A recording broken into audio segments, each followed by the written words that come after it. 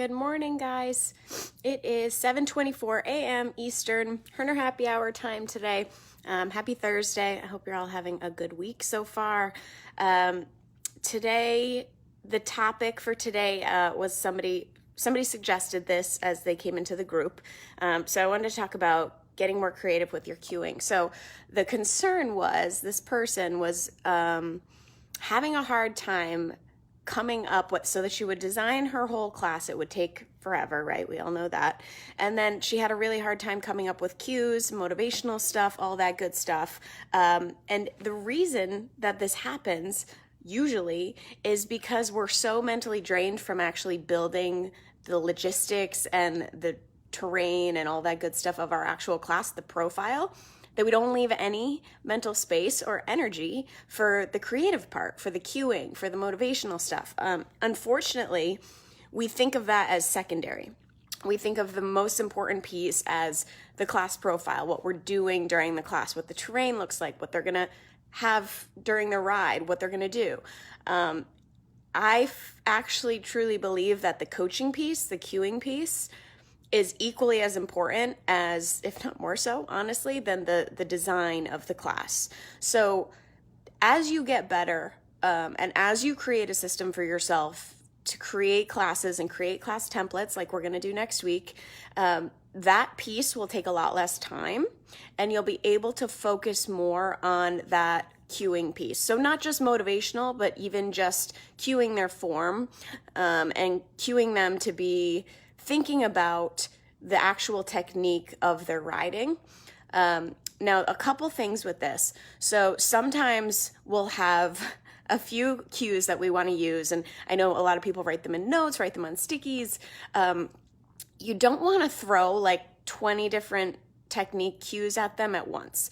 People only hear so much. A lot of what we say, especially if they're in like a hard push of class, they're not hearing anything. So be careful with when you cue, not just what you cue. You might have the best cue in the world, whether it's a motivational or a technique related metaphor, whatever it is.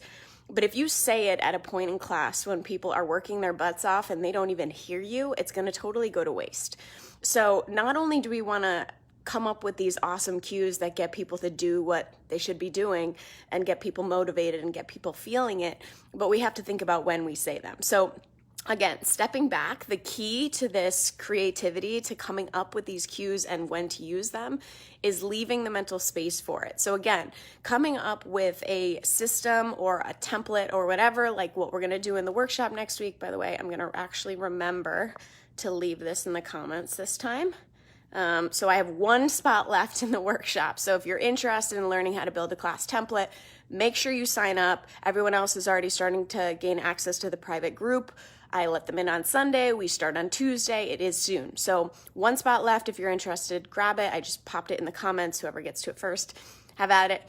But you want to have that system in place. And I know I talk about this all the time, but a template, a system in place so that the class planning, the class profile takes less time and you can leave mental space to work on those cues and work on that creative piece. That's actually like the really fun part, right?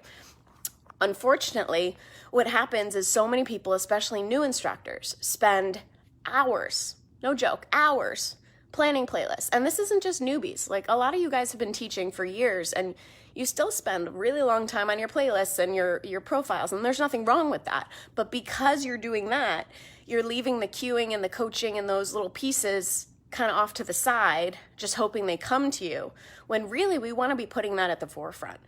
So if you leave the mental space, the mental energy to think about that stuff, you can do it in a variety of ways. You can spend that extra time riding with other instructors, getting ideas there. You could spend the time in here watching some of our videos. I know I've done a lot of Herner happy hours on cueing, motivational and technique related.